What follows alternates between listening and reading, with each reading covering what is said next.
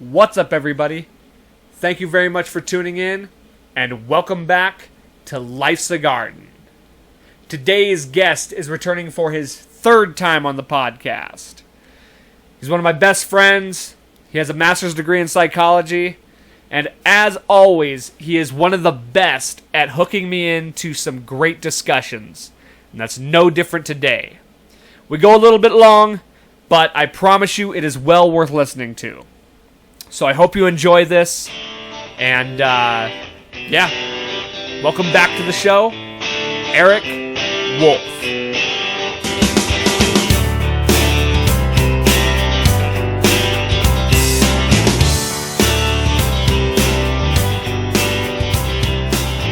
Welcome back, you fucking goon. You hurt me. Were you not prepared? You for hurt me. An insult? Dude, you never insult me. No. I mean, we're pretty cordial.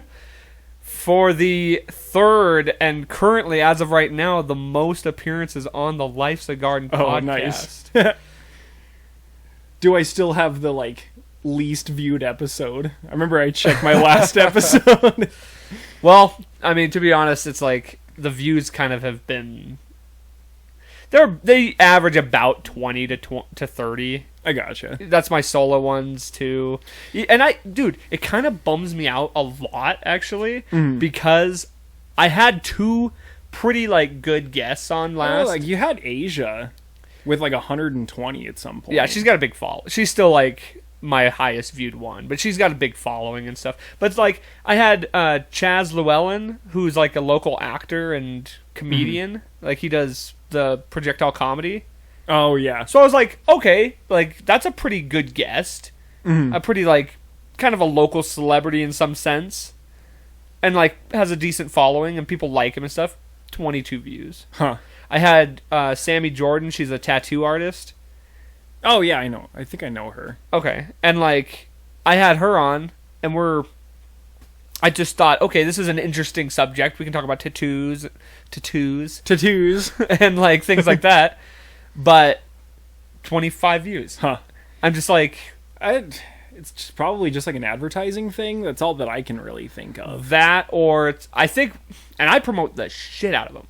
Right. I put them on Instagram, YouTube, or obviously it's on YouTube, but I'll promote it on my Facebook, on my Snapchat. I promote it on... You ever thought about paid promotion? Oh yeah, and I've done a couple. Well, I tried once and it denied me because my content. It was one of my solo ones. And I thought it was one of my better solo ones. Right. The content, they said, was too vulgar, or it promoted harm, or promoted, and it was because I was talking the only thing I can even remotely think that it was it was an episode I was making fun of Texas and how they can't handle the cold when they have their storm. That's ridiculous, dude. Texas deserves to be made fun of. But yeah, it's that's all I could think of in that episode. And I don't know, I was talking some shit about some other people, I'm sure. Yeah. I think doing a guest one as a paid promotion would be good. Right. And I will probably do that. I really don't get too invested in doing that as much. And I should. But it's I promote them pretty well. I tag the people, my guests, on their timeline. I tagged, I think I tagged her tattoo shop and his comedy group, thinking, okay, that's extra, spaces this will be seen. I'm, part of 3 different podcasting networks, on Facebook, that right. I put them on there so that they people can share them, and it's kind of a community group. Yeah. And and it still only gets 20 some views, but that's only counting the YouTube. That's right. Not because there's also the audio version. Some people just listen to audio, and I do get I can look at the numbers on that. I don't know what the recent numbers are. I haven't really paid attention, but. I mean, I think really, how many of these have you done? This will, I've done over 60. I gotcha. It takes time, man. Oh, I mean, know. there's, YouTubers that I watch that talk about it, and they'll be like, I did this for, 4 years before anybody remotely cared. Well, and it doesn't help, too, that everybody and their mother has a podcast. Right. Literally, I think there's over 2 million podcasts out, or it's a ton. Right. I don't know. I mean, you just gotta keep doing your thing. Like, you have your own specific identity, and people are gonna find it. It Yeah, just no, needs to take that time. You know? And I still get subscribers weekly, Mm-hmm. you know, so it's adding up, and I am part of this other group, which is weird. It's called the Rhode Island Broadcasting. Huh. This guy reached out to me because he saw the podcast on that community group, Yeah. and he reached out to me and was like, "Hey, I'd like to promote your podcast on my channel, like on our group channel." So what they do is they basically replay it on theirs, and then they have their own like YouTube network that they redo it on. So I get views through that too. That's pretty cool. They just don't pop up on my end. Yeah. So they're getting viewed out there on that network too.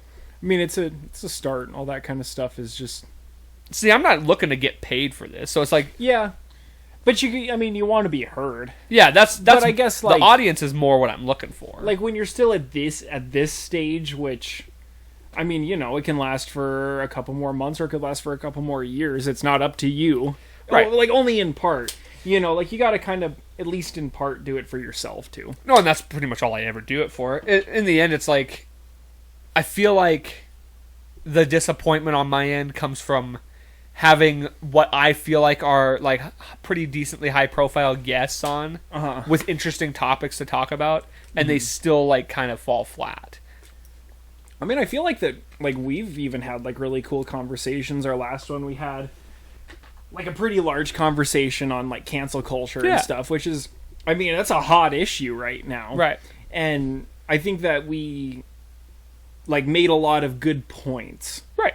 But, I mean, I think it's just a matter of, like, eventually that's going to happen with one guest, whether it's a high-profile one or not, that, like, you know, somebody's going to be like, that's actually really, like, a good point, you know? I've been And then show it making to like their friends and yeah, well, and I've been making clips too. Like I've been clipping out certain parts and like editing them so they flow really well into wonder where if they're there's- only like 2 minutes long, and then then there's like a best of kind of thing that you can do. I've thought about. I guess I doing don't know that. how much people care about that stuff. It seems like sometimes people do and other times people really don't. Usually, what I've been doing is like just finding clipping out specific parts that I haven't really done it with guests, but I've do it on my solo ones, just like little bits that I do, and then put that out just straight as a video with the link in it. You know what you need? I think, like, what I would try if I was, like, intelligent enough to make it happen in a really cool way.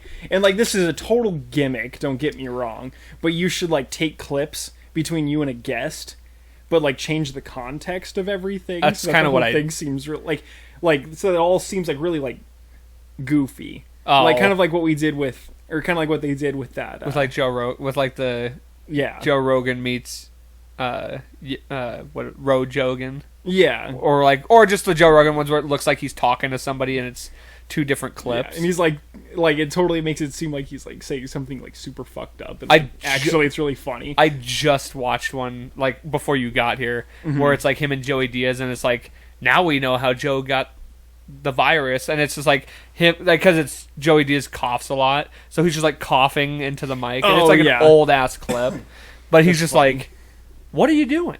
And he's just like getting mad at him for Yeah. doing that. He goes, Psh.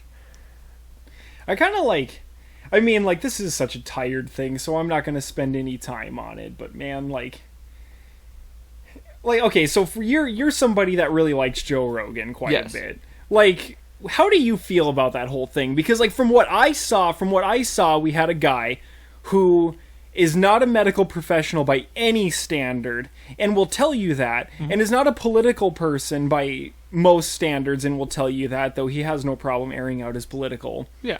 feelings, which is perfectly fine. Just his opinions. But and he what sits there and he tells everybody, like, dude, it's not a big deal. All you need to do is exercise. All you need to do is eat healthy. You're perfectly fine. He gets the virus. He took monoclonal antibodies. He, like, got really bad fever. He had to take all kinds of different medications. He was on prednisone. He had to do all of this stuff. And, like, I'm still kind of waiting for him to be like, okay, actually, guys, I was wrong about that. Well, Because I've listened to clearly- all his episodes since then, and he sounds like he was fine. Like so everything he took was all prescribed by a doctor. Well, I mean, wasn't I stuff understand you- that, but, like, I guess, like, okay, like, I don't listen to him, so I'm not trying to like make it out like I'm like a big professional on this or anything. But like, okay, so tell me, because from what I understand, he was really trying to say that you shouldn't get the vaccine. No, he basically is a proponent of. He's not anti-vax by any standard. Like he's never said anything about don't get it. He's more like if you want to get it, and if you're healthy and stuff, I don't think you need to get it. Right. Kind of a thing.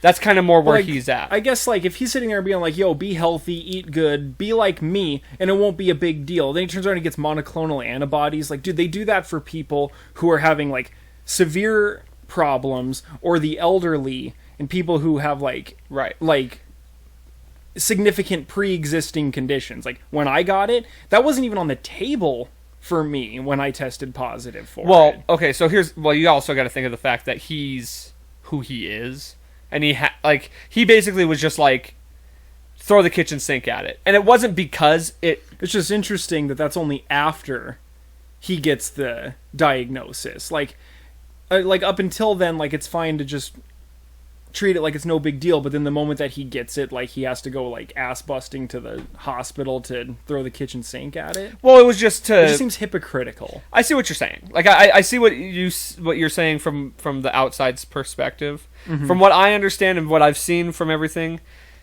it's I don't think he ever didn't think he wasn't gonna get it. Right. And from what I understand, like his experience with it wasn't bad, and he probably didn't have to actually do all that. He just did it just to get ahead of the game and like let's just do what we can to like. So that's funny that you say that though. Get ahead of the game. That's what the vaccine is for. True, you know. But so, here's the thing: if there are things that can treat it, like treatments. How about something that can prevent it? But it doesn't. There's breakthrough cases. There's breakthrough cases in any virus. However, statistically speaking, it makes it a lot less likely that you're going to have bad symptoms. It doesn't mean that it's never going to happen. We can all recognize that. But if you look at like anything where, I mean, like we've had like things in Florida where like 3 teachers have died in the same week. Or, you know, like these breakout cases where a bunch of people either died or got like severely ill. And every single time, none of those people were vaccinated. You're really not hearing about vaccinated people getting like screwed up by this. I'm not saying never. Right. It does happen, but not nearly at the level. Yeah, I mean, but also at the same time, it's like, I guess I don't know what his like. I can't cite his perspective as to why he doesn't want it, per se. You know what I mean? I mean, yeah. I do think there should be a level of skepticism about it. I mean, it did just now get FDA approved. Okay, well, okay. That's something that, like, there's a lot to that's not being said by people who preach skepticism about the vaccine, because what you do hear, and I get it, I thought about it too, and this was a consideration when I did get the chance to get the vaccine, was that, you know, I mean, they like busted it through, right? You know, they got it on emergency like approval and all that stuff. However, what's not really talked about is that this is an mRNA vaccine. Yes. Which it does the same thing that vaccines do. What it does is it basically elicits an immune system reaction that will make it so that it blocks the spike proteins on the virus, which are the ones that basically pierce into the cell, inject its genetic material, and make it so that it makes more viruses in your cell. The thing about talking about how this is an untested vaccine, we have no idea what the long-standing side effects are going to be. The thing about that is that we've been doing mRNA vaccines for a long time.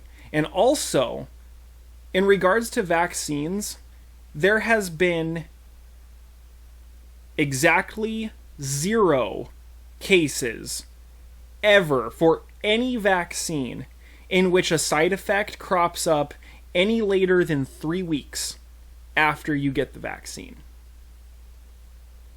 Okay. You know what I'm saying? Yeah. So I'm just saying in regards to talking about how this is untested and we don't know what it's going to do, like we've done mRNA vaccines before, and like just because this is like a particularly like significant coronavirus, like this isn't the first coronavirus that we've ever had. This is this is quite the mutant, but just because that's the case doesn't mean that the action of the vaccine is going to be different. Sure. You know, and these were the considerations and the things that I read and looked at and learned before I decided whether or not I was going to take the vaccine. Well, and actually, I everything you just said, I did know that, and it's because I heard it on Joe Rogan.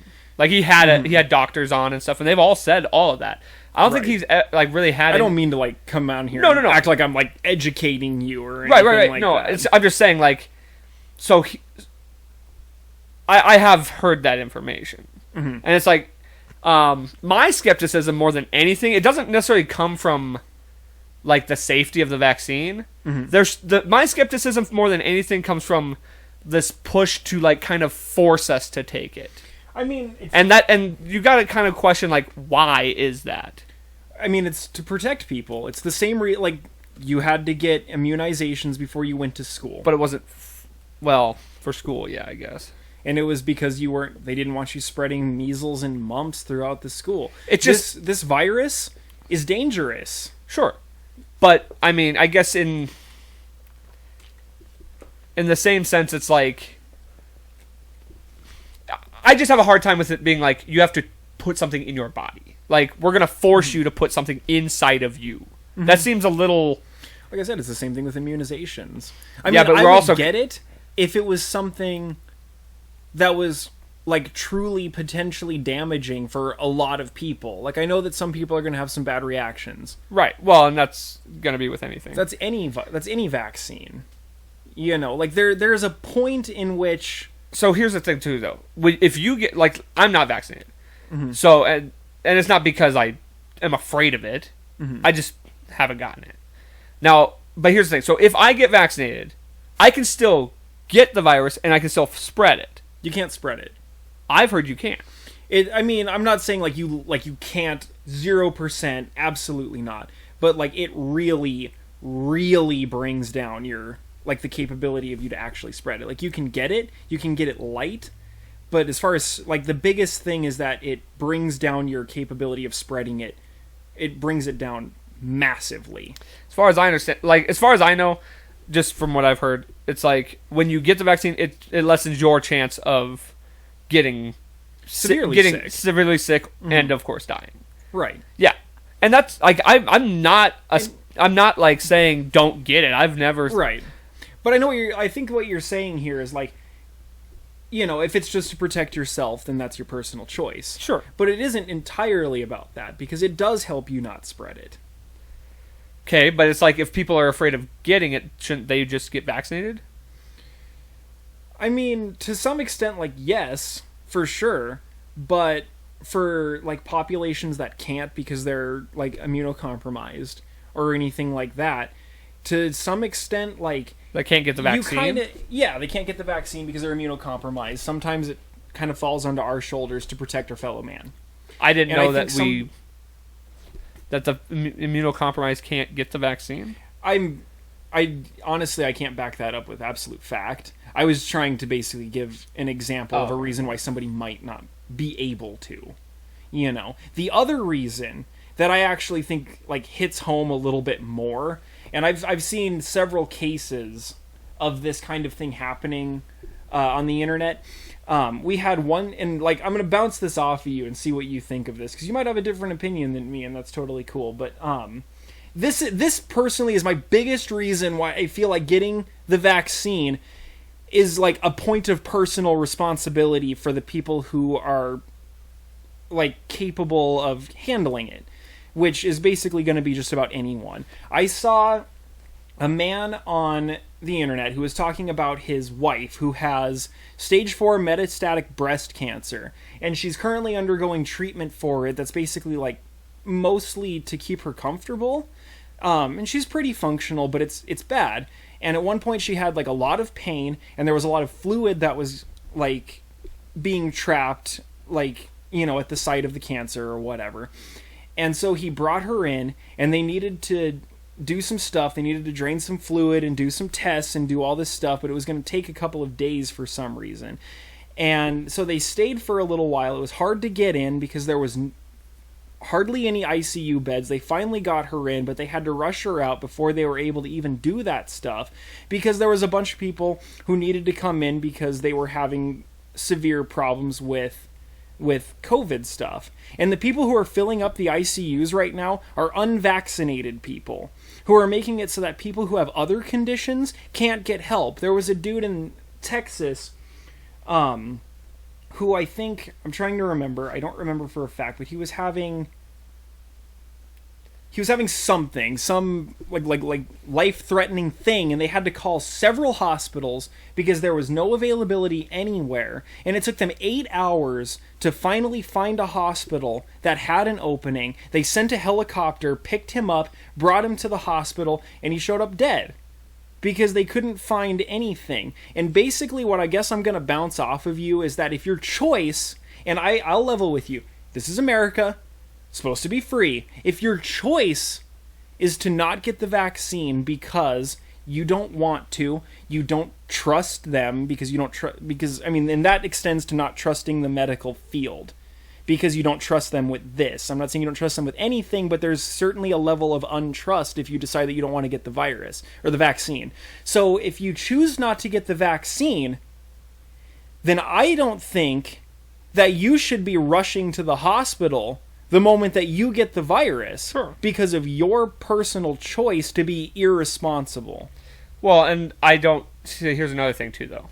I'm taking my age into consideration on this. So do we know the average age of the people taking up beds? I'm imagining it's in the 40s, 50s, like, 60s. Honestly, like, I don't know. I do know that more younger people are getting it now. Yeah, but like, with the new Delta variant that's coming around, and, like, the numbers are going up as fast as they did last time, or last year this time.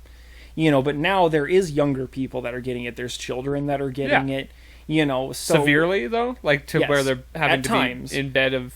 I don't know the proportions, but like people who are telling you that it's not killing kids and it's not killing young people are lying to you. But because it is happening at a very small percentage. I don't think it's like 0.00 some percent. I really think that that's not the case. I don't like. I mean, I'm not going to say that it's like 30% or anything like that, but like I think that there's like maybe.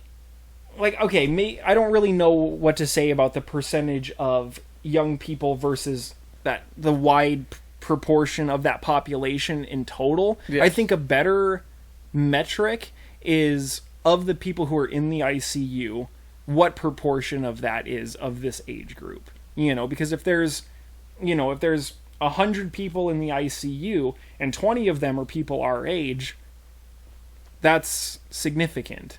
I don't know what the numbers are. I don't know what the numbers are either.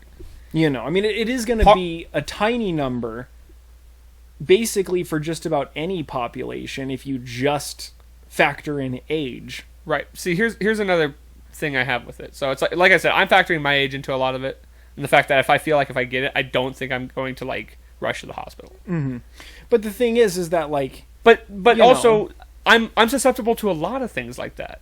Like that's, I mean, I could catch a lot of pretty shitty diseases. Yeah, but if you have the ability with something so simple as to take a vaccine, something that people do every year for the flu, and then you just say, no, I don't want to do that because I don't feel like putting something in my body out of force or whatever.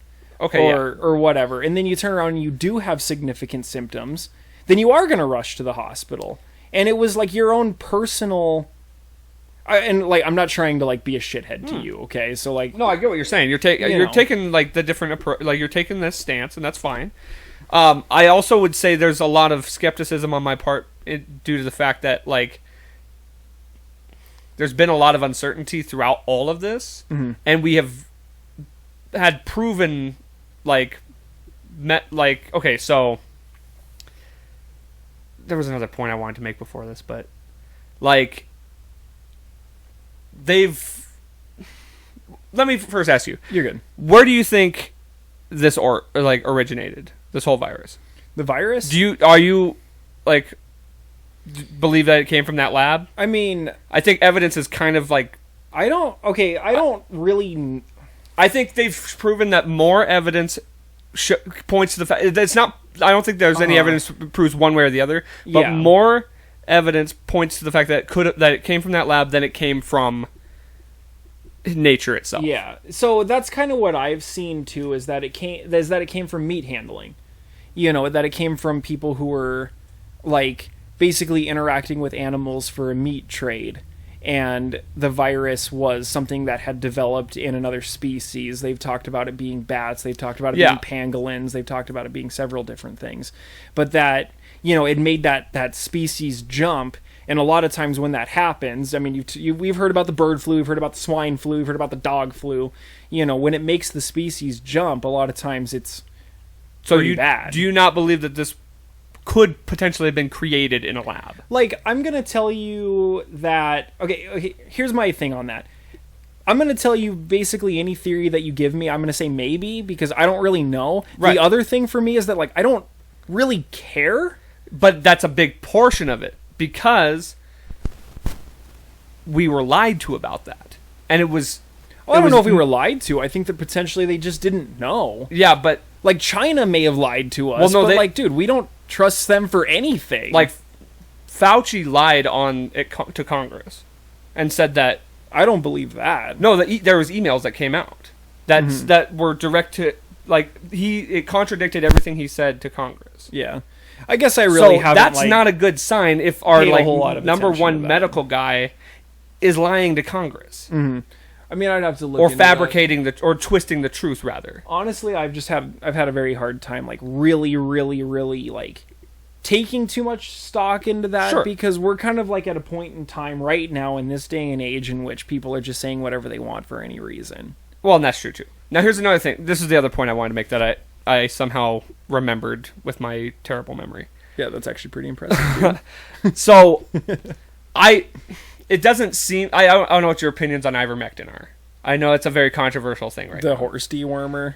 But it's been prescribed to humans millions of times in the past. Not in this way, though. Okay, but if it's not proven, by eating horse dewormer. Now, is that what it is, or is that what they're kind of like trying to tell us? From what I understand, it's that it is a chemical that is in horse dewormer. Yes. So the thing is that maybe you can get it as a capsule that's meant for human consumption, but people instead are getting horse dewormer, which has several chemicals in it, including ivermectin, and that's not good. It's kind of the same thing as when people thought that other chemical, hydroxychloroquine, and so they started getting aquarium cleaner and then getting incredibly sick because you're not supposed to consume aquarium cleaner. So I literally just listened to today somebody saying how that the horse dewormer itself, it would take a massive amount to get sick on that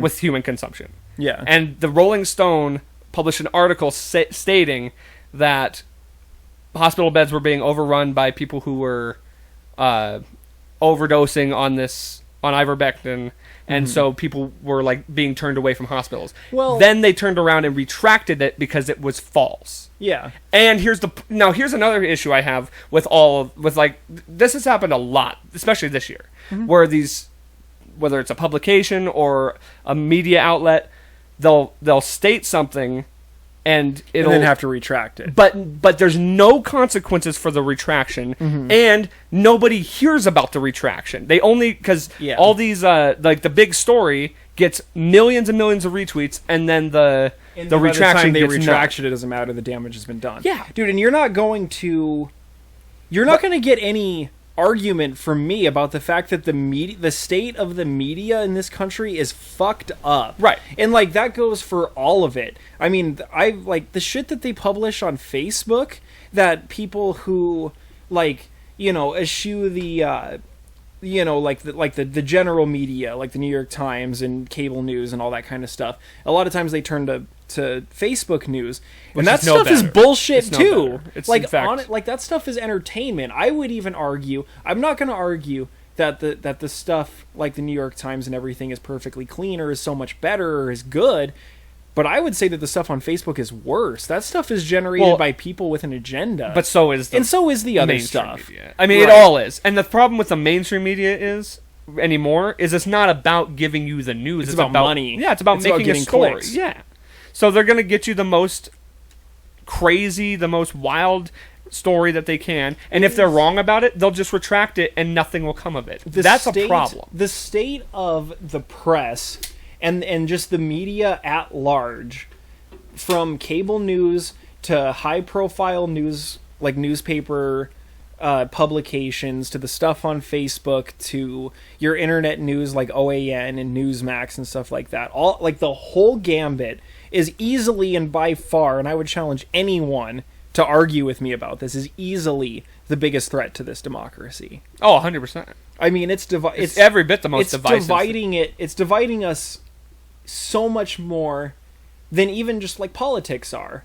You know, like there's a lot of things about politics that you and me don't agree on. Like the person I work with, we probably don't agree on hardly anything related to politics, but we're able to talk about it. Yeah. But if we start like citing our sources, it becomes a point of contention between the two of us, because both of us are just champing at the bit to make sure that the other one knows that their sources are bullshit. Well, you know? Yeah. Well, and this actually kind of comes full circle around to the Joe Rogan thing. So there's a reason that the media attacks Joe Rogan so much, and there's really no reason to. Like, mostly what Joe does is Joe brings on experts, asks them questions, they answer the questions, and he just gives his opinions. Yeah. But the reason that they go after him so much, it's kind of crazy to me. He's influential. For sure. But that's why. It's because he's basically the number one name in media right now, and he's a threat to all these media outlets. Mm-hmm. He takes away a lot, and he definitely is not a fan of them. He doesn't talk highly of them, and so that's a threat to them. He's very influential, and if he's taking viewers away from them, then they have to try and take him down somehow. Mm-hmm. I mean, I don't know. I definitely think that's a part of it. They can challenge him for sure. I don't really know. I mean, honestly, I don't spend a whole lot of time considering him because I just don't. Like, I personally don't care. I don't have anything against. You're not. I don't have anything for or against him. Like, it's fine, you know. But like, the thing that I was saying earlier about him was not like influenced by media. I honestly have not even read an article about it. All that I saw was that the stuff that he said previously.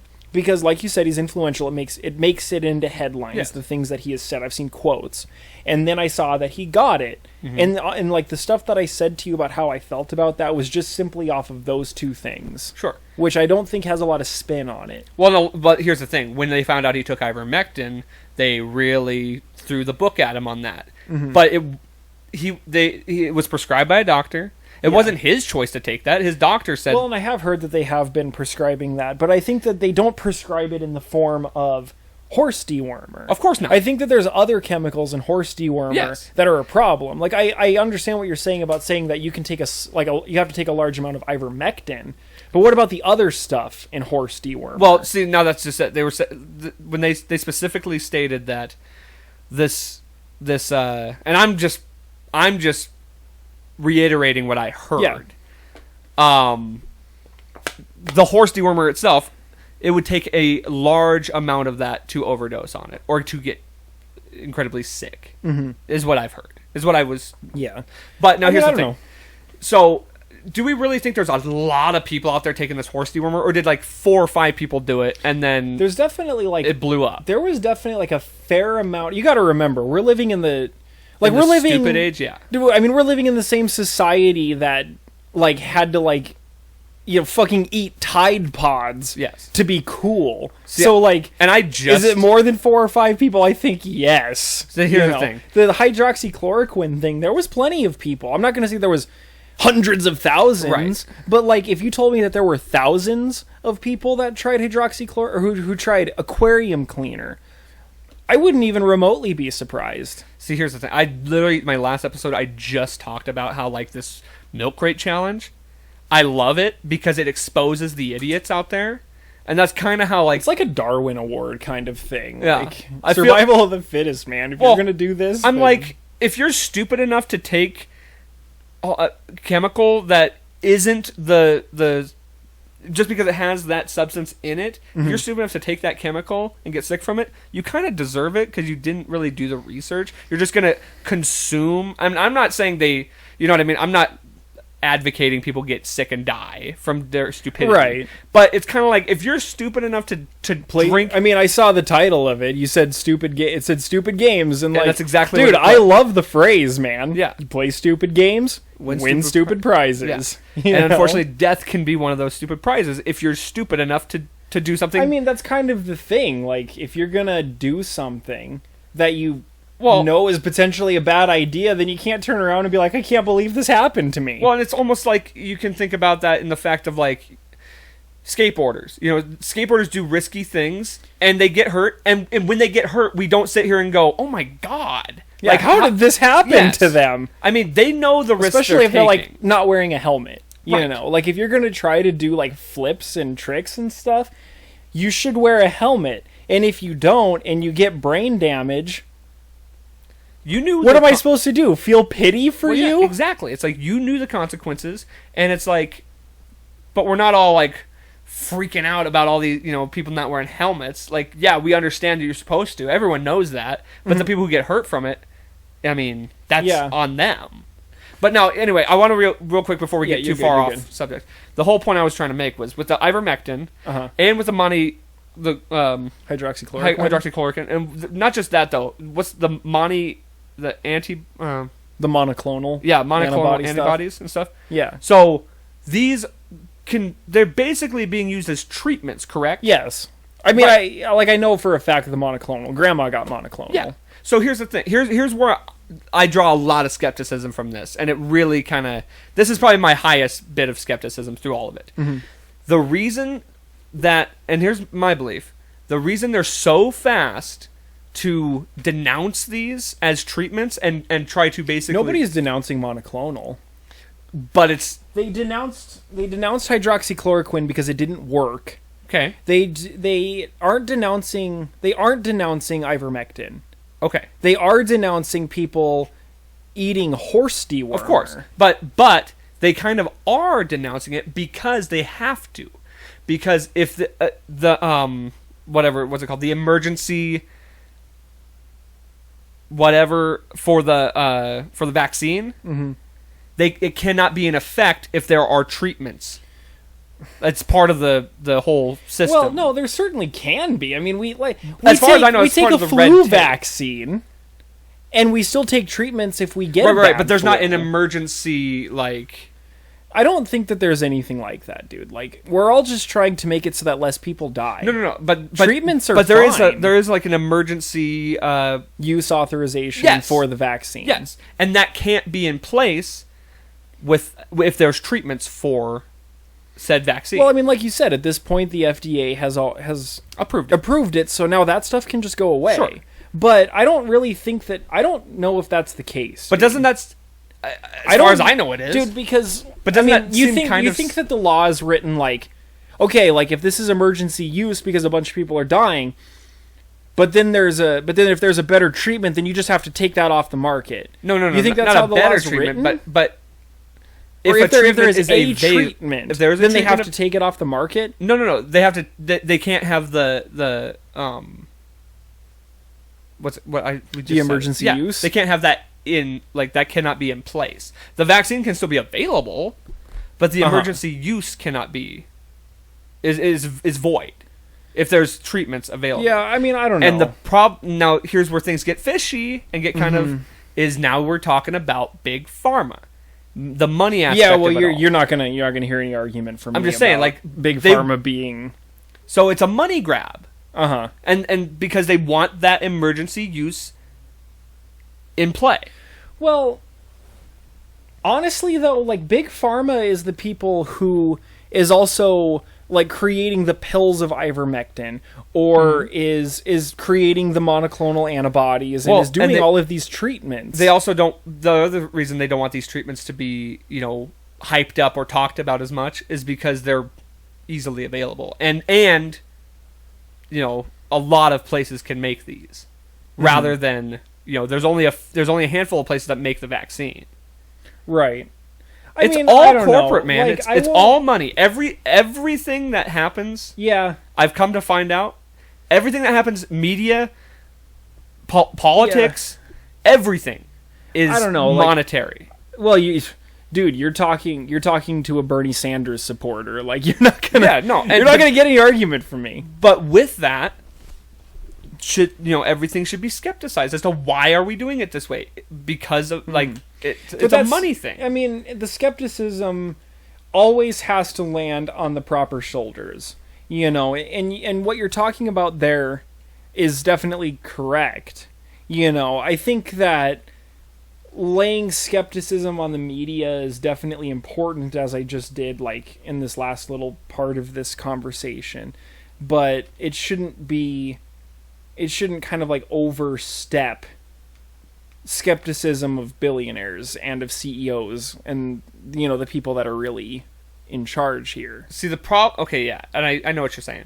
The problem that, like, this is where it gets really confusing, is like, to not be skeptical of the media.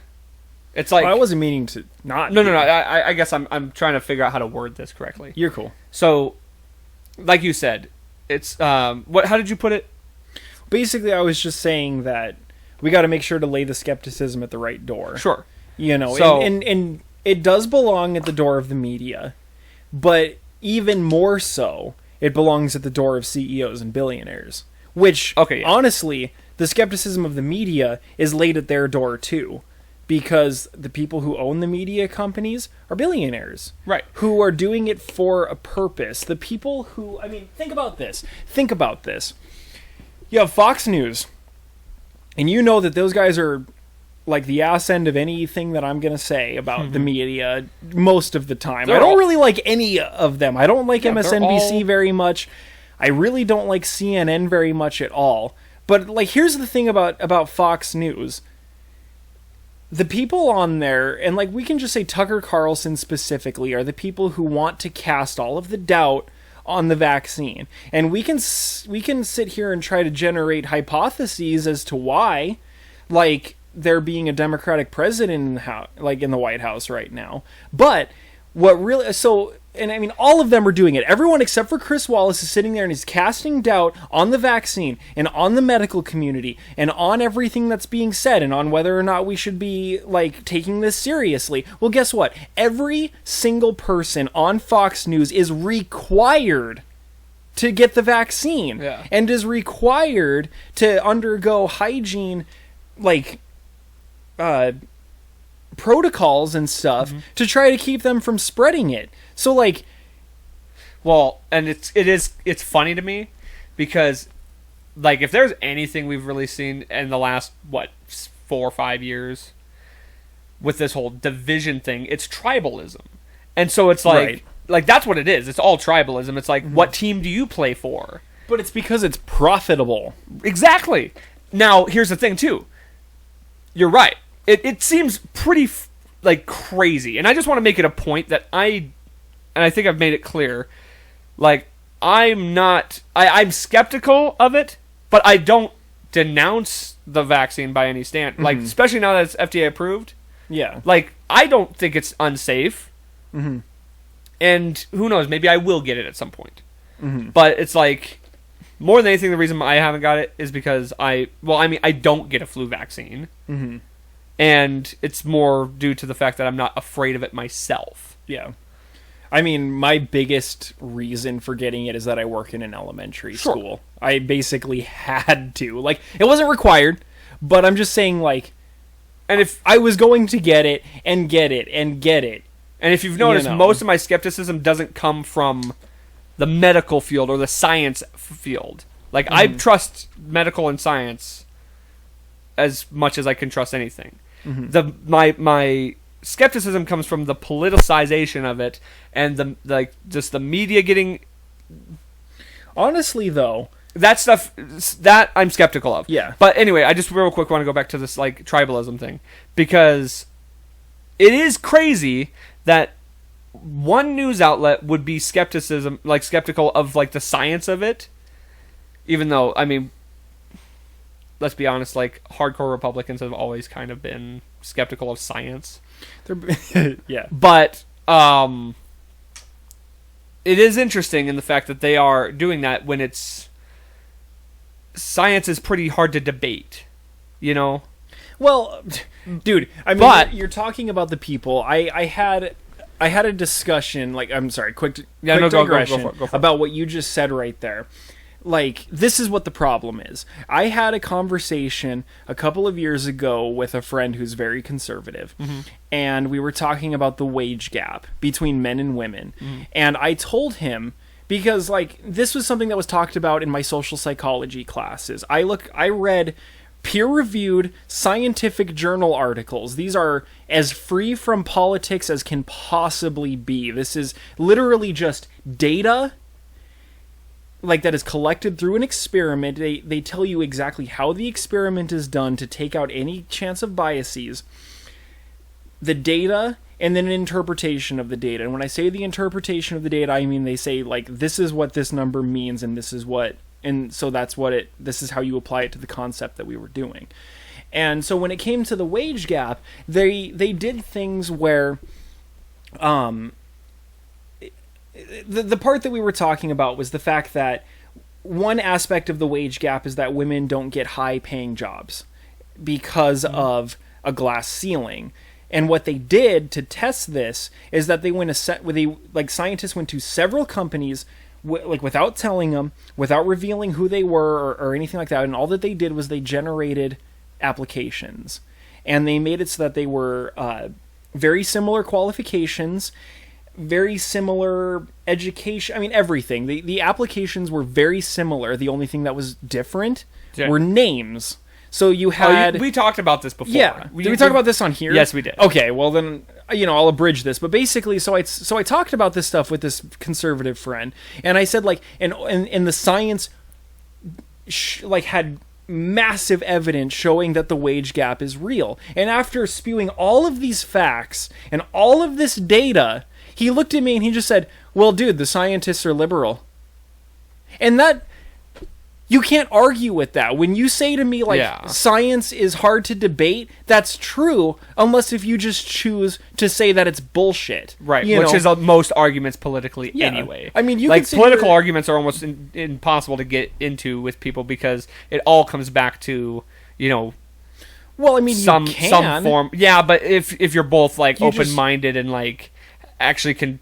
like lucid and can actually listen to another person. Yeah, and can, like, take in information and make judgment based upon that information. But if you're just so staunch in what you believe that you're just gonna come back with that's just bullshit because it doesn't confirm what I believe. Yeah, exactly. And that's basically what that came down to. I told this person, I was just like, dude, like, I can't even, like, there's no point in me even saying anything to you. If you're just going to be like, dude, those facts are just bullshit because I don't believe them, then there's no point. What are the chances that Fox News and CNN and MSNBC and all these news outlets are kind of just in cahoots with each other, though? And they're it's kind of like, okay, we're going to be Team Red. We're going to promote this angle. Because here's the thing of it, too. There's no denying that they are it's not so much that they're, like, kind of this, or they're kind of left, or they're kind of right. They're pretty strongly one way or the other. Right. And like, almost to the point of, like, sometimes they say really insane things that are, like... You won't get any argument from me on the other side. Like, this is just a complete conspiracy theory here. That, what if they're just in cahoots, and it's all about, like... Okay, you drive up the point on this side, and then we'll fucking counter it completely opposite, just so we can further divide the people, make it so that more people just glom onto the whole thing. We share the profits; it all rises. Yeah. Well, it's like it's not a conspiracy, dude. Well, it's like that happens everywhere in this capitalist system that we have created. I don't know if the thing that you're saying exactly happens. I don't know. Would I be surprised? I wouldn't be. Not in the slightest. I do think that if that's not what's happening, then probably the more, like, watered down and boring version is just that Fox News has realized that they have a target demographic and they're going to go as hard as they can in that direction. Whereas MSNBC and CNN have found their demographic and are tailoring their stuff as hard as they possibly can. And the more extreme you make it, the more that you polarize a person, and the more that they are going to feel like they need to go back to this same thing, have their worldviews affirmed while they're feeling like they're being informed. You know, I think I said all that correctly. But, you know, I mean, that's like the watered-down, boring version of what I think is going on. With what you're saying, that could very well be the thing, too. Because that is... And, I mean, you know me. I'm not a fan of capitalism because of... Greed. I mean, and that's not to say that I'm a communist. Sure. I think that I probably trend a little bit in the socialist direction.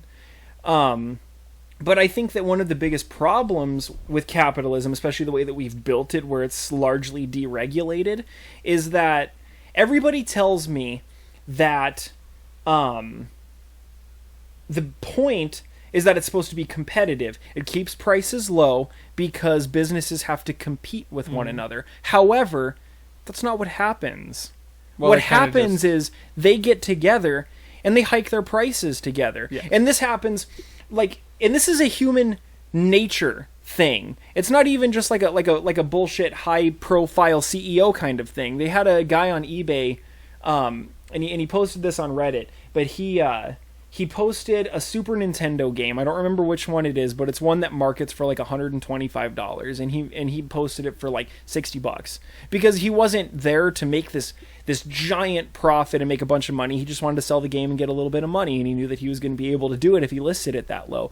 And he got a message from another guy who was also selling the game on eBay, who was basically demanding him to raise his price because there's only so many of these games on the market. They own this much market share, and it's so much more profitable if everybody... Yeah. But that's the thing. If you own something, you can set the market value. Yeah. Well, this guy, he took down his listing for the game and then put it back with all of his photos plus a screenshot of that message from that seller and dropped the price by $1.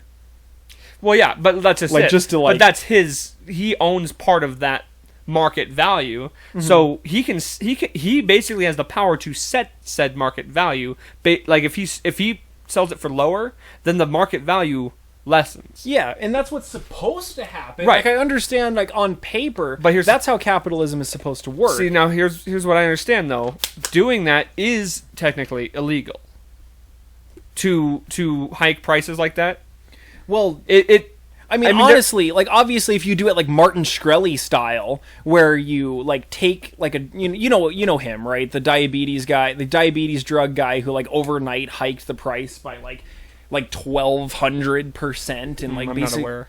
He's a big deal, dude. Like, I bet you if I bring up his picture, you'll recognize this guy. His name is Martin Shkreli. Okay. He's a pharmaceutical guy. He had a life-saving drug, and overnight he suddenly decided that he was going to hike the price, like, I mean, over tenfold. Yeah. You know, and yeah, now he is in prison. Yeah. So, like, hiking the price like that certainly is illegal. Well, however, okay. if they all get together and they just... Sure, but as far as I know, what do you call it? Conspiring with each other like that. Mm-hmm. Like if let's say, whatever, one milk company gets with another one, and then and they both conspire make this to do idea that together, and it's proven that they are doing that, it is illegal. Yeah. And but the fly in the ointment is what you just said. They're not going to make it obvious. I mean, we deregulate business so much that at this point, like, this kind of stuff doesn't happen. We also make a thing we also have a lot of laws in place to keep something from becoming a monopoly. Mm-hmm. You want to be the one to tell that to Disney? Well, these guys get to do what they want. Yeah. Saying that's illegal, it doesn't really matter anymore. The law applies to people like you and me. Yeah. Well, and that comes from greed and just corruption. Yeah. Yeah, for sure. And it's like, yeah. Now here's the thing too. I want to real quick say about the media is I do think there's a scramble in all like mainstream media because I think they kind of see the writing on the wall that it's kind of becoming... It's becoming obsolete Yeah, by it's this generation and it's- the generation below It's us. becoming the newspaper at this point because online consumption is so high. And again, this is kind of why they go after podcasts. Like, they're going after Joe a lot because he's the number one name Well, in yeah, podcasting. I mean, he's like the face of podcasts. Right. You And know? and like that was completely by accident that even happened. Mm-hmm. But there's a lot of other podcasters out there who specifically deal with political stuff or deal with like most podcasts are very like specific in what their like content is about. yeah. And so there's literally tons of them out there. There's a podcast for anything. Exactly. And like there's a Substack. Have you heard of Substack? I don't think so. Substack is like a site where independent journalists like post and publish like it's a group of like very well-known independent journalists like Barry Weiss I think is on there. And it ranges from conservative or liberal mindsets or where they stand. Yeah, or just but whatever. but the researching and like the actual like reporting seems to be more along the line of what it used to be, as far as like more Being reputable. yeah, and more like they're gonna tell the truth whether it contradicts their political ideals or not.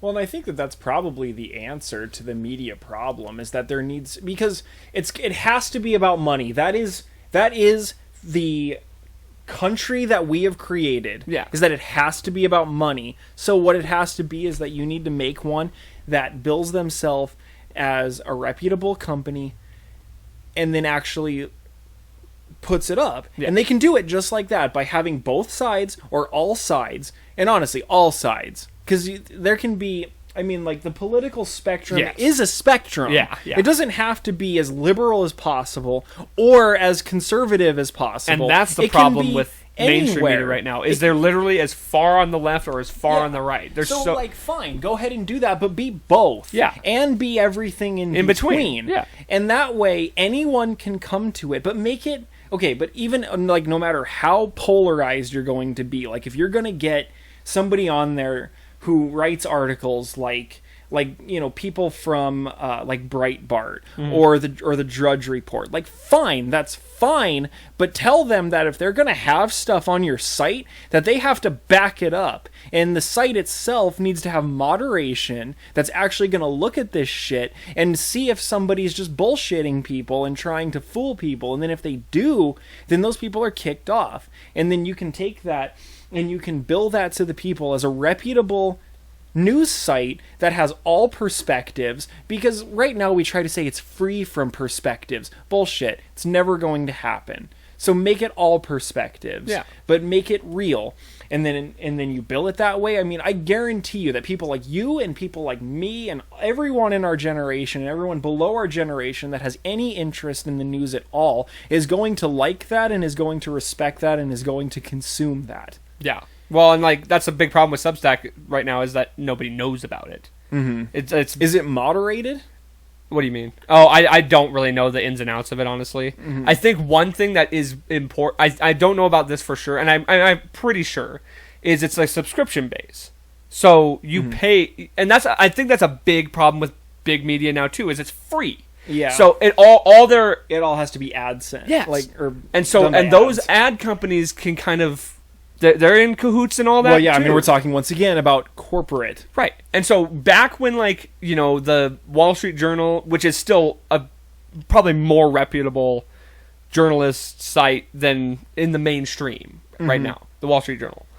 But, back when newspapers, you subscribe for a newspaper, you pay for the newspaper, and Well, you still pay for a subscription to like the Washington Post or the New okay, York Times. yeah, and that's probably why they're still so like more closely on being more reputable. yes, because they don't. However, I will say, as somebody who is pretty liberal leaning, spoiler alert, the Washington Post really drew my ire because I found out something. Because it became very interesting to me that the Washington Post would never, ever run a single article about Jeff Bezos. or about Amazon. I heard about this. I did hear about this. Well, guess who owns the Washington Post? Yes, you know? Right. And then when I found that out, then I was like, well, this is all bullshit too. Like, if you can't be unbiased about one thing, then you can't be unbiased about anything. Yeah. Well, I mean, they're the ones that broke that Hunter Biden story. Yeah. And then it got squashed because that was not a good story to have at the time. I also kind of think that matter. Like, I understand. However, Hunter Biden was not running for president. Sure. Okay, but it had nothing to do with like what that could and could not have done to the election. It had more in fact to do like they literally just squashed that story because, you know, and there's a story to be had there, and they're not reporting on it. Well, and I want any and all corruption and problems Like, to be like aerated. Yeah, you know? like my problem with that had nothing to do with the fact that like his name was Biden. It had everything to do with the fact that like obviously they did squash that story because it involved around his father, but the fact that there was a story to be told there was actual evidence to even be, you know, investigated, right? And it was just chosen not to be investigated. Like they were just like, we're not going to talk about this and we're not going to investigate this, even though there was things that, and even if those investigations came up with nothing, I kind of to think add that it's to it. irresponsible to blow up a massive news story about something that hasn't been investigated yet. But it was like they were investigating it, and then they were told not to investigate it anymore. I just think that they should report on it after they've investigated. Sure. Because of that same problem that we were talking about. Yeah, because then you have to retract. Yeah. Or retracting, yeah. So, yeah, the media is fucked. Yeah. And I do think that's like the summary of this whole episode. Well, so far. kind of, but I mean, we talked about the vaccines and shit too. But I Yeah, mean, it's true. I would, and we've talked. I feel like we talk about media every single time. I do truly think You know, that this like stuff is really like that interesting to me. Eventually, it's gonna have to come down to like I mean, we pay for Netflix, we pay for fucking this other shit. Why shouldn't we pay for like the news we're consuming? Yeah. And if these journalists aren't influenced by lobbying or advertisers or whatever people want to like make them promote, and they're like, hey, we want you to talk about this, otherwise it's going to affect our sales. Right. If rather they're getting their money through the consumer itself, they're liable to be more loyal to that consumer. Yeah. And report more honestly and more to the they have nothing to gain from not reporting the truth, you know, because they're not being influenced. And I think that's the future. I think that's where it needs to head. Is people just they find their journalists that they like and they subscribe to them for $3 a month, $4 a month, whatever it may be. I think that like diverging viewpoints and things like that should probably be promoted as well. Absolutely. I 100% agree. That's why I listen to like, you know, I'm like I said, most of the things I listen to aren't political. Mm-hmm. It's if it is political, it's comedically political. Right. So, but I mean, it's but, important to have your finger on the, sure, you know. but you know, I know what you mean. It's exhausting and rather depressing. And if ultimately I'm just gonna fucking die anyway, and if I have no control over any of it, really, like as a one single person, then I'd rather like live my life without the stresses that all that stuff. Yeah, well, and of course, like with what I said there for a second ago, I don't mean like that it's important that you like ingrain yourself. Yeah, no, I agree, and of course I stay relatively informed about the important things going on. I mean, I think that being involved is important enough because, like, I mean, you do have a voice, however small it may feel at times. But if you choose to not have a voice, then you're making your complaint about having no power. You're the one that's making it that way. Right, but I'm more speaking upon, like, you know, there's nothing I can really do about Afghanistan. Right. That's out of my, like, I have no control over that. And like I know the story, like I know what's happening, but for me to sit here and just consume all this like Yeah, I know, negative yeah. stories is like I can't do anything about that. And the thing that really irritates me, honestly, as far as like people in general, is the people who like complain about something or like have to like really like make a point about something, but they're not going to do anything to like solve that. You know, that it's if it's like, let's say just for example, somebody's like, the homeless crisis and that needs to be fixed. It's like, well, what are you going to do about it? Well, nothing. Yeah. It's like, then why are you... Yeah, like, why don't you go buy a pizza and go hand it to a homeless person? Yeah, it's like... I don't want to do that. Exactly. Like, any small, you know, whatever it may be, whether it's on a, whatever level. Anybody who, like, really raises a fire about something, but then has no intention on doing anything about it, it's like, then why are you so worked up about this? I think it sort of varies a little bit from topic to topic. Like, something that you know that I'm very, like, concerned about right now is the climate. And, like, you know, you can, like, kind of say that to me, well, what are you doing? And, like, honestly, I can give you the weakest possible thing in saying, like, well, we recycle our plastic bottles. Well, that's which something. we do, but, like... You know, I mean, I don't sit there. You can only do so and, much that you can, you know, from your... I don't take cold showers and, you know, and wash all of my clothes on cold and, you know, try to reuse, you know, everything and stuff like that. So it's not like I'm sitting here becoming this massive climate person, but I think that one of the things about it is that the effects of climate, or the effects, the things that are causing the biggest effect on the climate are being done by 10% of this population, and it's being done primarily by like 100 companies. And me, like, if I was to go completely green and like reduce my carbon footprint to nothing, I would have no effect, Right. at all. You know, and so it's really hard for me to say, like, okay, here's what I need to do, because what I think that I need to do is like figure out a way to destroy oil refineries, and I can't do that. Well, that's just it. It's like, now we're back to the whole point of like, nothing I do is going to make a difference. But I mean, you know, in some things, but like, I still, and we can certainly like, talk about it. Yeah, and you can certainly like have your opinion about it and stuff. But I think what happens a lot of the times is people who, you know, kind of have that opinion and like really.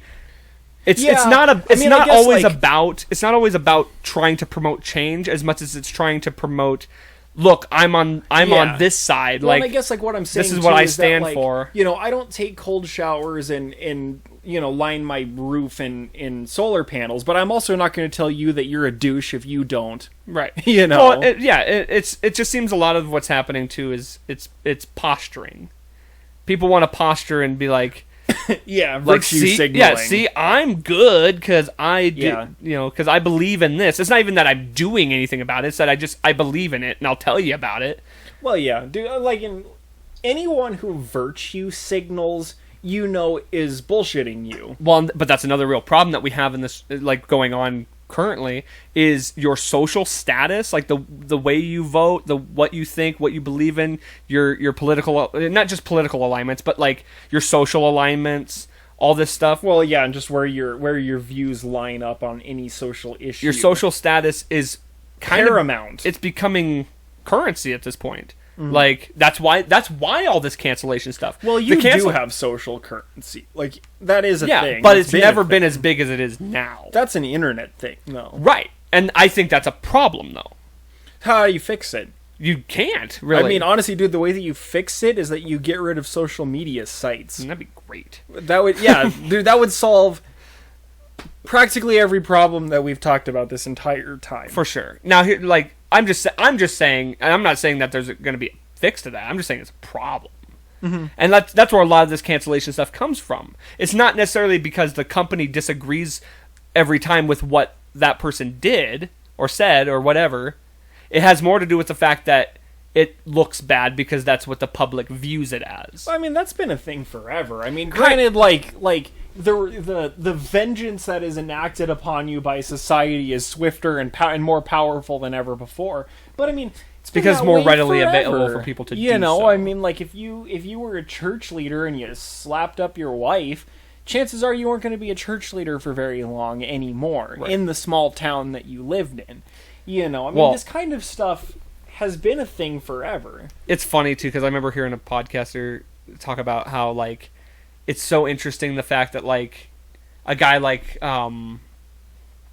Harrison Ford, you know, he was, like, so, like, the concept behind Harrison Ford back in the day was he was, like, this massive star, overly beloved, everybody loved the guy, but it's like, if social media existed then, oh, you'd hear about how much of a piece of shit he was, how many people hated him, because nobody heard about how much people hated him. Dude, you want to hear something insane that I think about in regards to this cancellation stuff?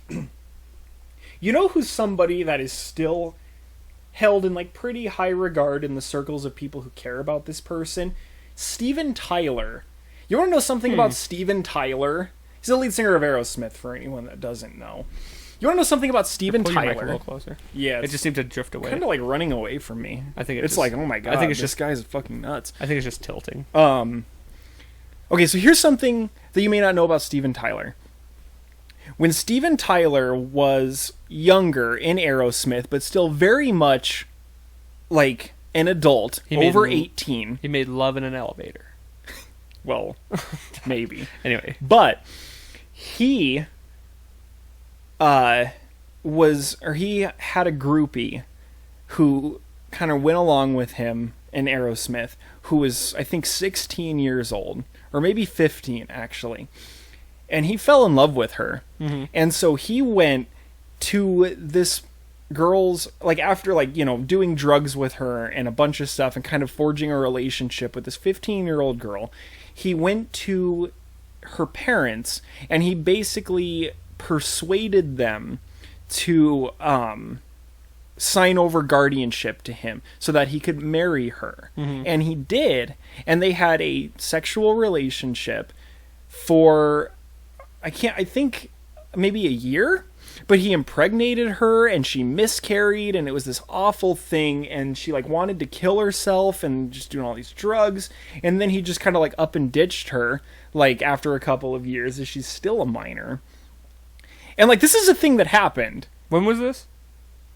I mean, in the 80s, okay. You know, or whatever, like, when Aerosmith was, well, it's kind of like really, really, like, doing their whole thing. And, like, I mean, like, this is a really fucked up thing. I mean, this is like, you know, like, taking advantage of a minor. It's having sex with a minor. He knocked her up. She miscarried. She was having all of these mental problems, and all of it was because she was groomed. And, like, I mean, he's a predator in this situation. You know, I mean, I don't, like, can you argue with me about that? Like, it's really fucked up. Yeah, I mean, you know, and, like, nobody talks about that. Well, it's like even still. Well, it's like, think about, like, a guy like Michael Jordan, who's still so highly, you know, touted and praised.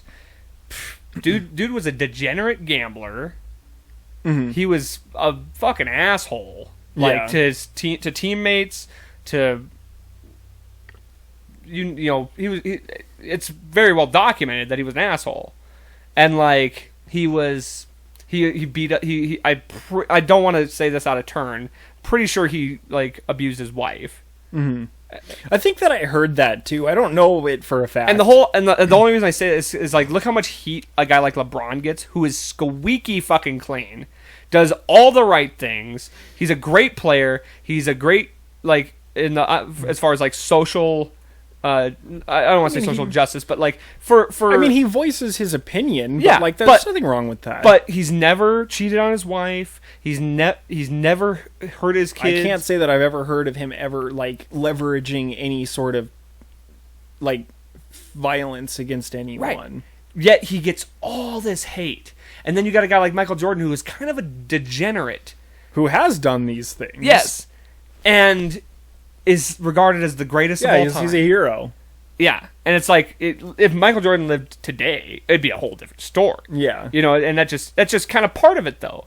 It's like, you're a product of your time, and, like, the time will catch up with you, and it's just a matter of, like, whether what you. It's kind of funny, the people who get things and the people who don't get things, though, because, like, I mean, I just told you this thing about Steven Tyler, and I'm pretty sure that I heard on the radio the other day that Aerosmith is the highest grossing rock band ever. I don't know if that's true or not, but I think I heard something like that. But if they're not, they're up there. They're up there. They're up there.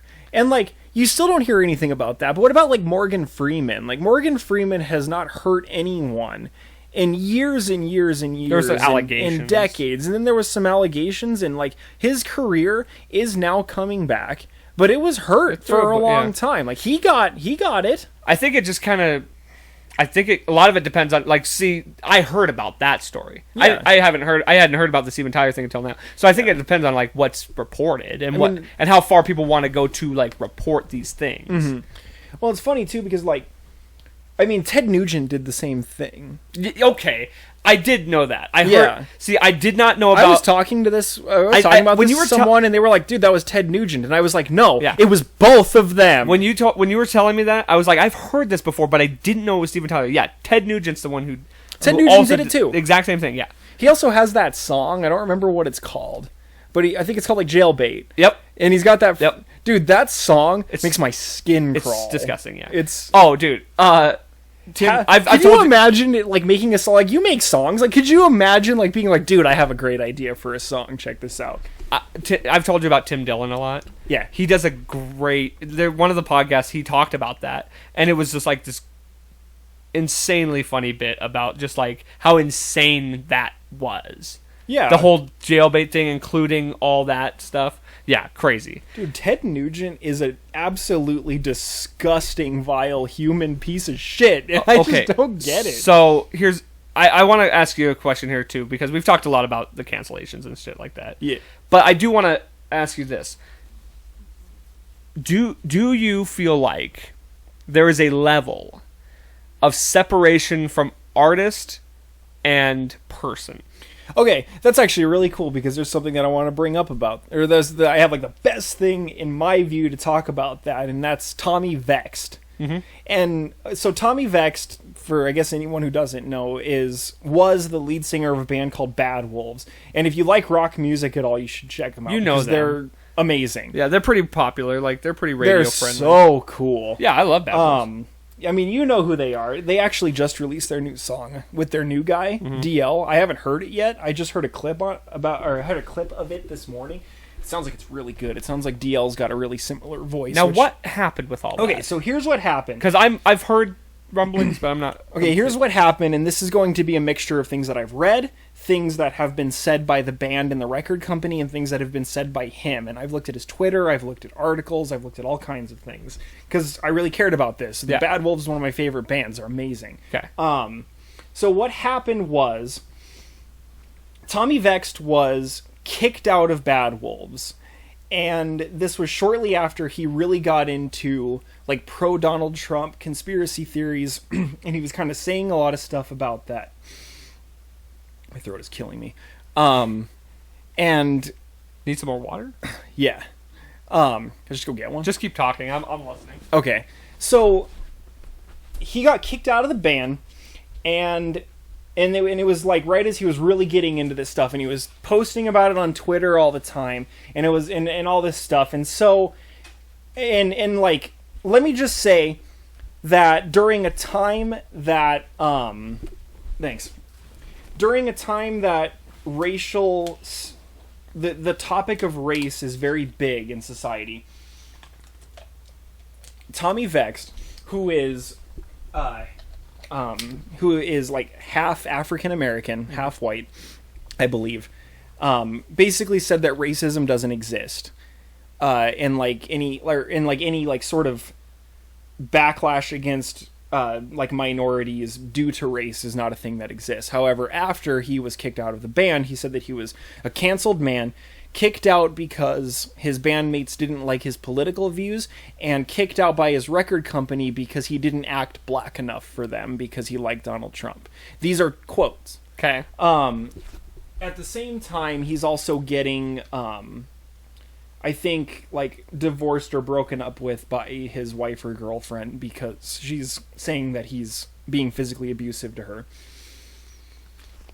The band comes back and they say, like, no, dude, it's not because of the way that it's not because of the things that he believed. It's the way that he acted. It's the fact that he's basically what they said is that he's a dick. He cannot be worked with, and he does have a history. There was another band that he was in, and during a practice he jumped over a drum set and started beating up the drummer and got kicked out of it. And like, I don't know if you've seen this dude. Like, have you seen, like, he's massive. The dude is like the dude is a gorilla in a human mask, you know. He's enormous. And like I tend to kind of believe that this person is a dickhead because he's getting all of these things. He can't keep a relationship together. There was actually one time here, like a few months ago, he posted on Twitter and he said 2 weeks to stop the spread has now lasted longer than my last 2 relationships. And I'm kind of like, dude, that makes you sound like a real dick. Like, yeah, right.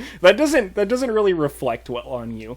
And he had, like, on his Twitter, the last time that I looked at it, somebody kind of trolled him, and he, a celebrity and a grown man, started offering a $10,000 bounty to anyone who could tell him where this internet troll was. And he said that himself. Because he was like sitting there like bragging and being like, you know, person comes on here and trolls me. I offer a $10,000 bounty as to this troll's whereabouts. Troll blocks me on Twitter. Like, as if he like was so cool and beat this guy and proved like how tough he was. And I'm like, dude, that is sad. Yeah. You know? So like, I'm just saying, like, these kinds of behaviors and things about his history seem to lend to what the band is trying to say. Okay. And now he's touring under the name Bad Wolves, but it's B4DW0LV3S. And like the record company was like, no, you can't do that. And so they sued him for copyright. And now he's talking about how they're targeting him because he's a canceled man and all of this stuff. He was just here. Yeah, he was. I thought about going, but I honestly didn't want to hear the bullshit. I figured that he was going to get petty and annoying, and I just didn't want to. Did you go? No. Okay. Because I was curious if he did or not. Me and Amber talked about it, but in the end we were just like, I don't really want to listen to it, man. Yeah. Because I figured, you know, he was like in the middle of it, you know, he's going to be like, you know, just like, hey, Montana, you know, like, yeah. We all love Trump and we all hate my old band. And I was going to be like, oh my God. So anyway, your question was a separation about separating the person and their views. So like, after all of this has happened, and I don't care what his political views are. Like, I don't care that he likes Trump. That's fine. I don't agree with him, and that's also fine. But I do think that he's a dickhead. I think that anybody who's offering bounties for the whereabouts of an internet troll is clearly like somebody who probably needs therapy. Sure. You know what I mean? And like acting the way that he does, like he seems like somebody that I really, really would not like, and I really, really disagree with a lot of stuff. But you know what, dude? I still listen to all of those songs because his voice is amazing and those songs are really, really good. And I can sit there and I can think, like, and you know, if I think about it really hard, I can be like, oh, you know, I probably shouldn't be listening to this because this guy sucks. But like, no, because it's I can respect his art. Yeah, you know that I really like Magic the Gathering, and like they get some pretty like high profile digital artists to do the art on the cards. There was a lady named Therese Nielsen who you know, also got into some conspiracy stuff, and she started sending like personalized artwork to like some like right-wing conspiracy YouTube channels and stuff. And the company who does that card game, Wizards of the Coast, ended up just cutting all ties with her. None of her art is ever going to show up on another card ever again. And I think that sucks because her art is awesome. I have like several cards that have her art on them, and I absolutely adore every single one of them because she is an amazing artist. I don't agree with her views. But you agree with the separation of art and artist. Absolutely. Yeah. Absolutely. I was just curious. I do still think, as I said last time, you know, like kind of like saying what I said about Wizards of the Coast cutting ties with her. She went on this whole thing about being a canceled woman and how her freedom of speech had been restricted and all of that stuff. And I still stand by what I said last time. One, her freedom of speech is not being restricted because that is something that protects you from the government, not from another company. They can cut ties with you for any reason, anytime they want, and it's perfectly legal. And I think that that's fine.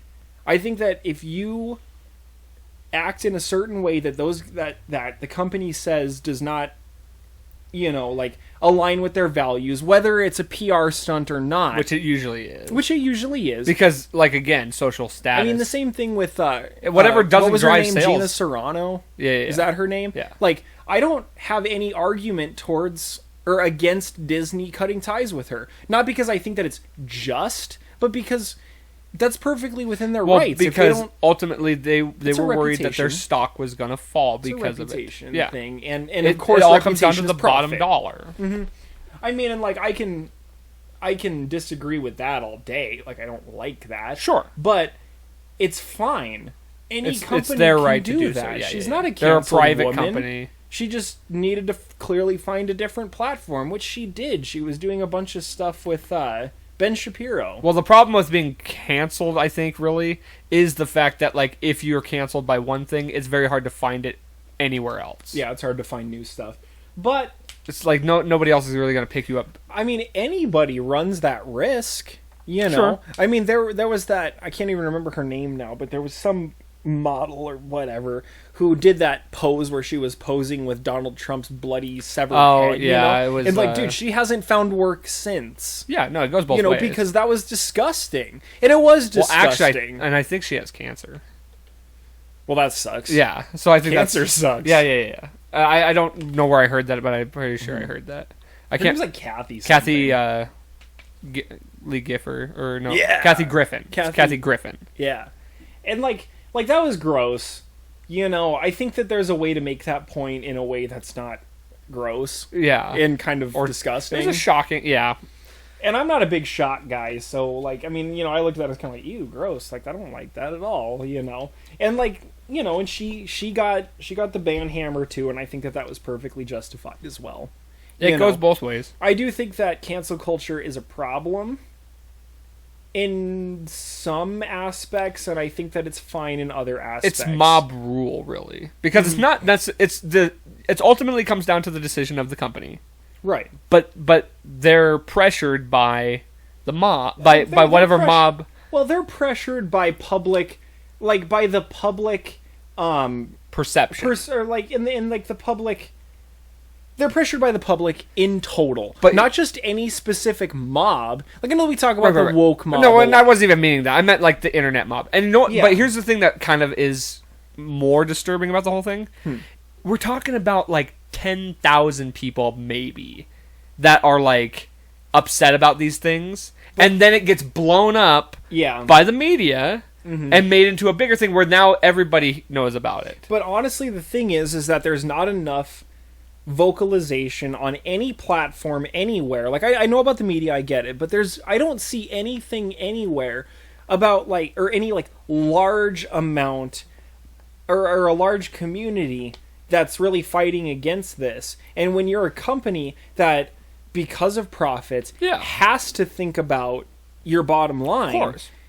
whoever is the loudest in the end is the most heard. You know, so if Gina Serrano says her thing, and all that Disney is really hearing is we hate this person, get her out of here, they're going to do it. It just- Now, if they get an equal or larger population that's saying it's fine, like we will still support this show with her, Yeah. then they're not going to do it. Which that one did have some pushback among. It had some. Well, no, I'm just saying among a lot of these cancellations, that one actually had some public pushback. Which I actually think is kind of funny, because that one I think is justified. You know what I said last time? You don't talk about the Holocaust. You don't compare yourself to Jewish people during the Holocaust. That is a surefire way to get yourself canceled.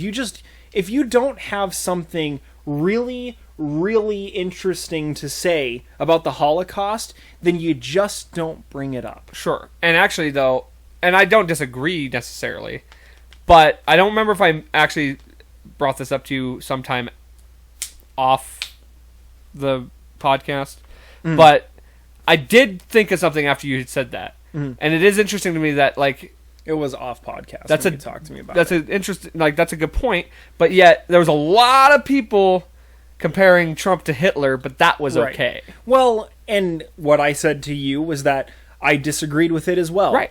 You know, I am a person of German descent, and I'm somebody who has heard my fair share of Holocaust jokes. And I've got to remind people all the time that Germany was destroyed by Nazism. And Yeah. if you want to find one person, or if you want to find one class of people that hates Nazism, look no further than the German people. Well, yeah, because they were ravaged by it. You know, Well, so and they for still me, to this day have a black mark on when, them. When for... people make those comparisons, it's gross. It's disgusting. I mean, But see, in both cases, so Gina says that conservative people are like Jews during the Holocaust. When they're getting like chemicals sprayed into their eyes to see if it turns them blue, and when it doesn't, they're getting buried alive by bulldozers. Yeah. You get back to me Well, on sure, that. sure. And the same thing about Donald Trump being Hitler. When he's like gassing people en masse because they have the wrong hair color, get back to me on that. In the meantime, I can tell you that I do think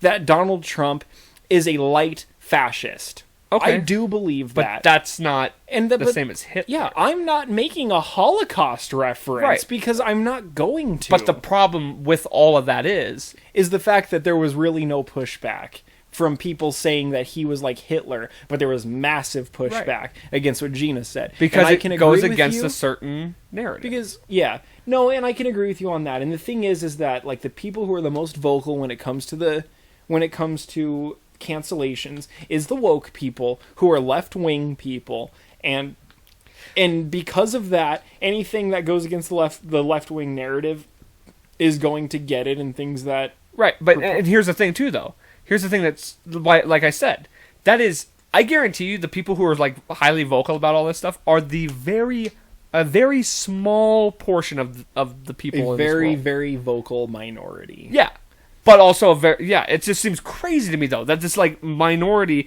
controls Dude, it's the outcome. because they're so vocal. I know, and I get it, but There that's needs just it to though. be a vocal opposition, and there's not. Right, but that's what's crazy though, is these are the people who have nothing going on in their lives enough just to like get on the internet and talk about it. Everyone else doesn't give a fuck. Everyone else Right. is just working and trying to live their best life, Yeah. and these people are like the nobodies, like the that do nothing in society. They just get on the internet and Yeah. blog. I guess I don't. And these really are the people know if that's control- a fact or not. I don't No, know. but who it just these people seems that are. way. It feels that way. I'm just a working guy. I don't do, and that's just me. I can only speak from my perspective. It just seems like the majority of people in this world, in this country at least, don't give a fuck Yeah. about most of that stuff. Well, dude, and I mean, I really don't. Like, Yeah. I spend more time thinking about it here in this chair than I do anywhere else. Right. I'm You just know. like that was just No, my I- point. It I just seems agree. it just seems crazy to me that this like small minority who Has is vocal. that much power Yes. over other people's careers. Yes, exactly. No, I That's do the only think- point I want to make on that. I do think that there are things that people do deserve the ban hammer for. Of course. You know, I mean, I think that people who are sexual predators deserve the Of course. ban hammer. Oh, 100%. Also, what do you think of Bill Cosby getting released? Well, Insane? Okay. This This is a really hard one because, look, the morality in me says that it is disgusting. It's obviously disgusting. Bill Cosby is a terrible person. but the However, way it legally played out. the way you can't argue with it. No. it's the way. And that I- it and I is. agree with it. I think that that's I don't more even of a wanna- systematic problem. Yes. Than it is a moral problem. Right. And we don't have to go any further than that. Yeah. Because I actually want to shift it before we run out of time. Yep. Let's do some top fives. Ooh, sick. Yeah, let's do it. So just pick one. Pick whatever you want to do a top five on. All right. How about top 5 Jim Carrey movies? For you personally? I mean, how about if we do personal, and then we can kind of collaborate on like what we would think would be truly like, is the true one. Or, yeah, what it would be okay. outside of opinions, Like what we think the general consensus is based on. everything, box office. like based on critical reviews, box office. Okay. You know, Okay. just it's overall like Do you have your top quality. 5? I mean, I know, like, for me, Yes Man is going to be number 1. I love that movie. Okay. Bruce Almighty is probably going to be number 2. I'm gonna. Okay. Go ahead. I'm gonna say Ace Ventura: Pet Detective. Mm-hmm. Or wait, which one? No. What was the second one? When Nature Calls? Yeah, it's When Nature Calls. The second one is in there for me. Mm-hmm. Dumb and Dumber, Liar Liar, The Grinch, my all-time favorite Christmas movie, Yeah. and he just kills that role. And then probably, God, that's close because I like Yes Man and I like Bruce Almighty. But it would probably be between those two, Yes Man.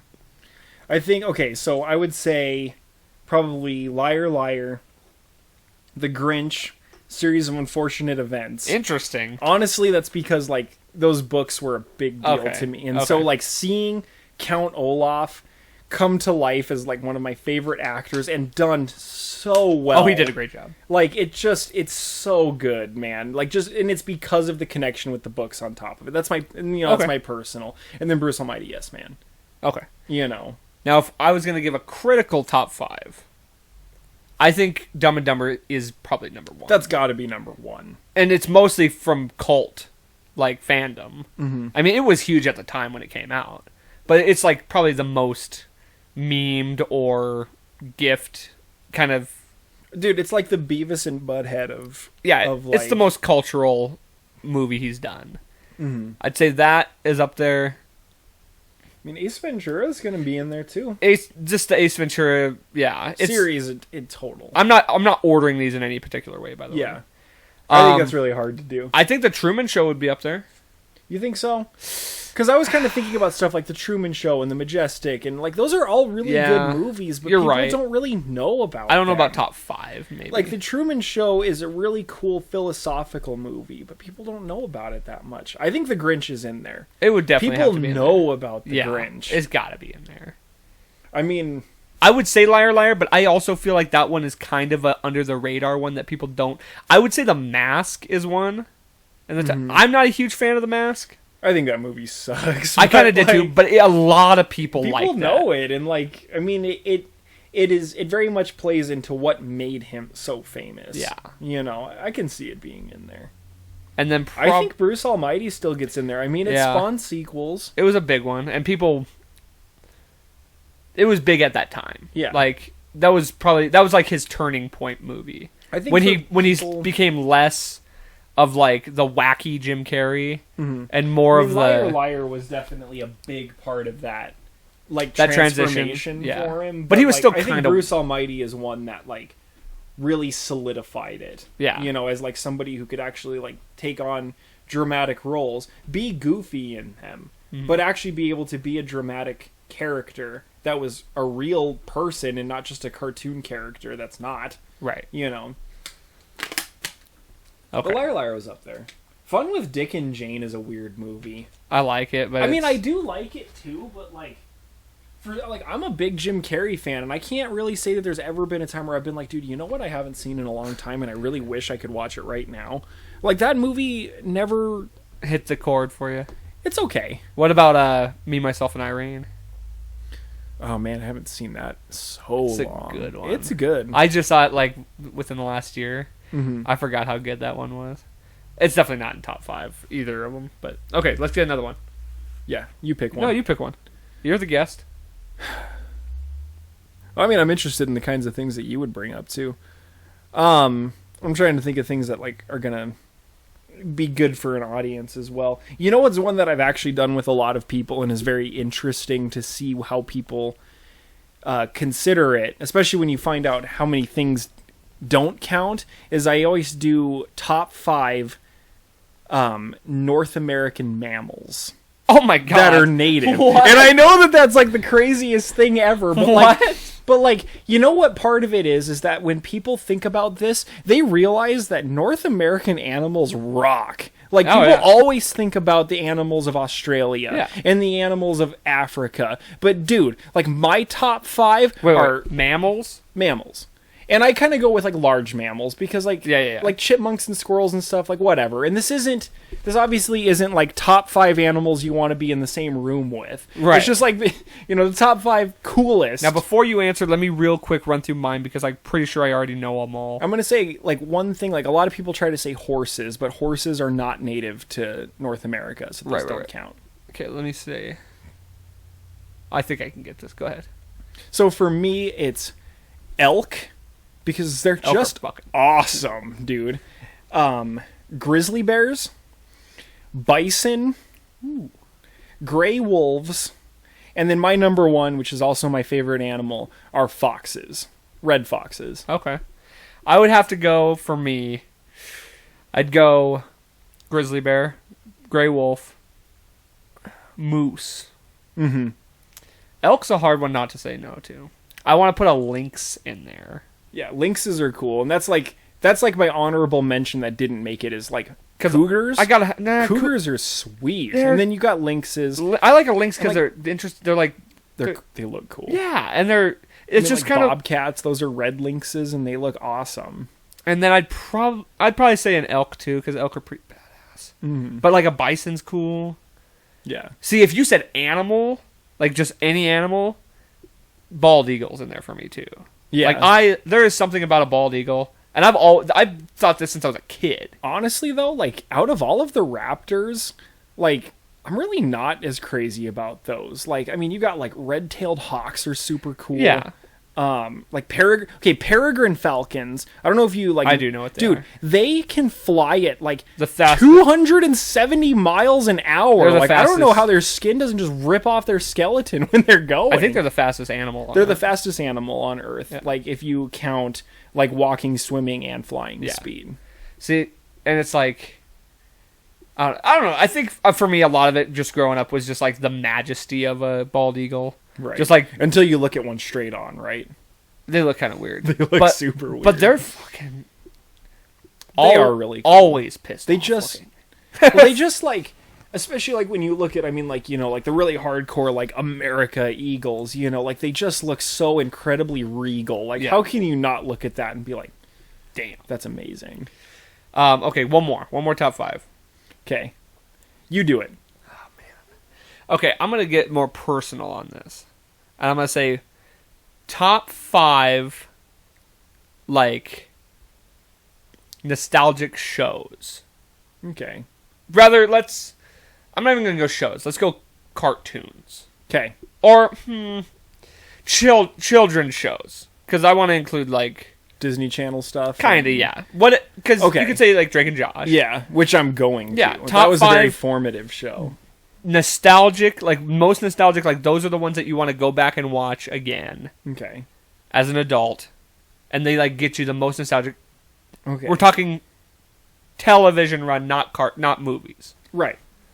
Okay, so for me, it's going to be hard to put this in an order, but I know that the ones that I'm going to put in there are going to be Drake and Josh, Teen Titans, which is another like absolutely formative show for me. You know that my favorite cartoon is the Powerpuff Girls, but honestly, that's not going to make the list of most nostalgic shows for me because I watched it a lot as a kid, but there's other ones that I just remember better that meant more to me at the time. Yeah. And that's like Ed and Eddie's going to be on this list. That show like was pretty formative at the time, you know. Okay, like the other one that's definitely in my head because I still quote it all the time. We all do. Like it is an absolute icon of our generation. We all quote this show almost every chance that we possibly can that somebody says something that reminds us, and it's SpongeBob. I mean, dude, like you can think of every meme in the world that you know, and I bet you I can match you 1-to-1 with a SpongeBob meme. Oh yeah. You know, it's insane. So is that 4? So that's 4. I didn't watch the Disney Channel, so none of that is going to make it on here for me. Let's see. Man, something else that was just a big deal for me in my childhood.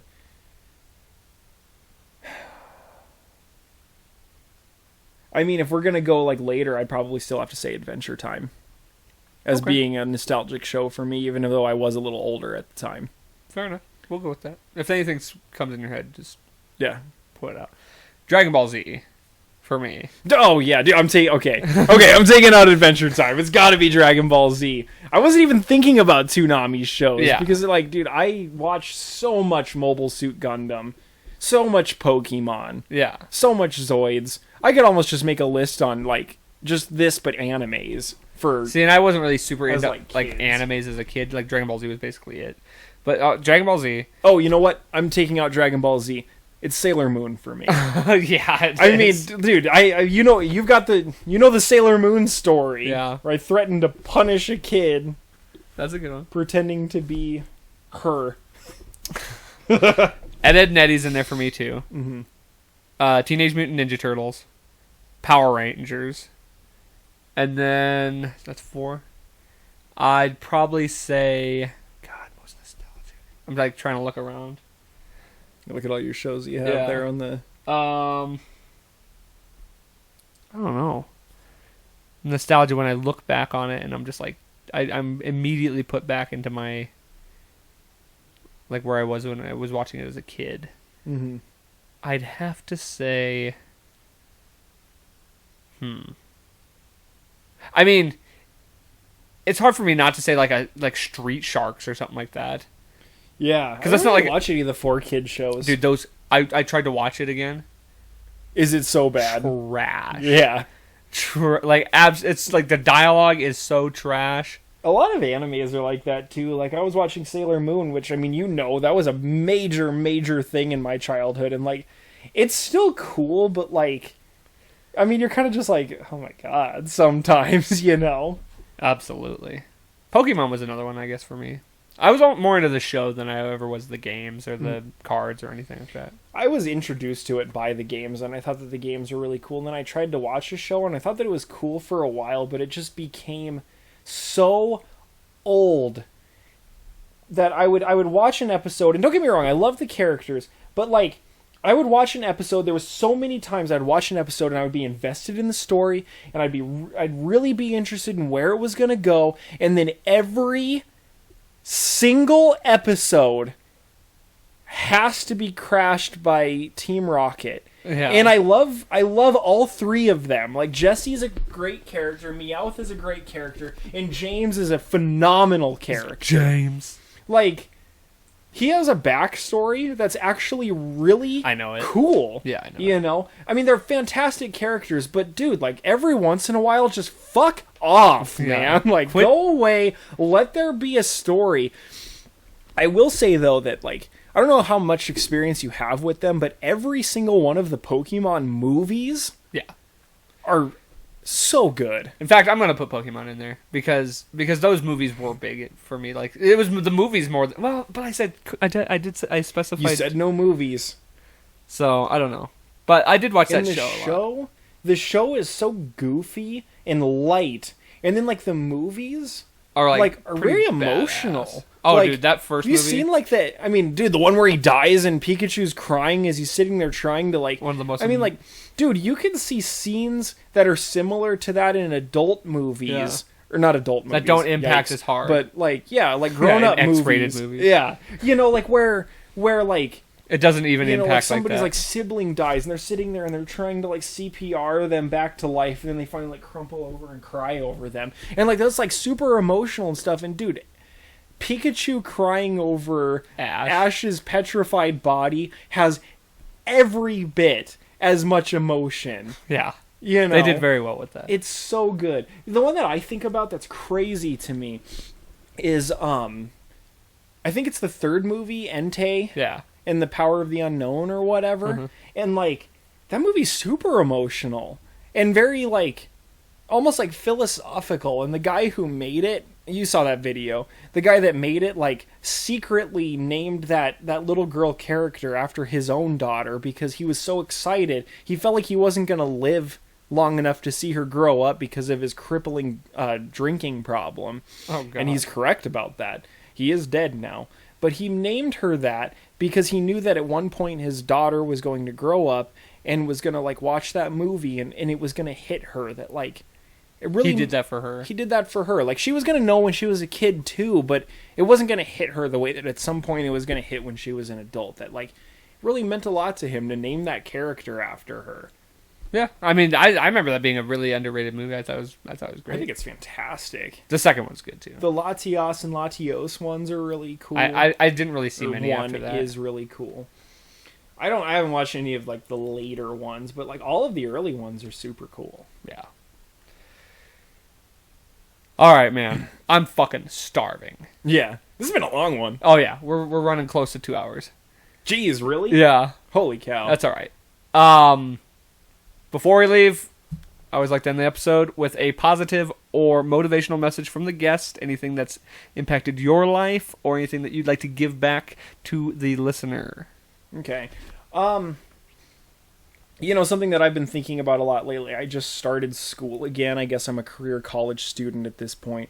But it's really cool that like what caused me to go to school was somebody coming up to me and telling me that I would be really good in the position that I'm going to school for. And it was actually during a time that I was kind of looking for a little bit of a different direction.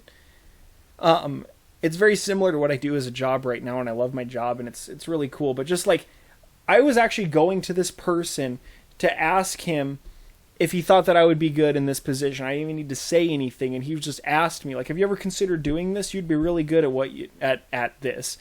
And like, that's really, really changed like my whole trajectory in life, and it feels really cool and refreshing, and just to like have that kind of thing happen is really cool. So I guess my inspirational message is like, just be receptive to like the universe trying to speak to you, because sometimes things happen, you'll never see it coming.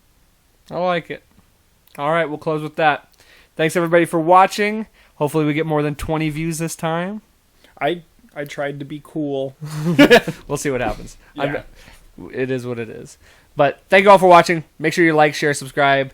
Definitely share it, because that's how we get the views, and we need to get them views. Do it, bitch. That'll help a I lot. fucking love you. All right. Thanks for watching, and don't forget, life's a garden. Dig it.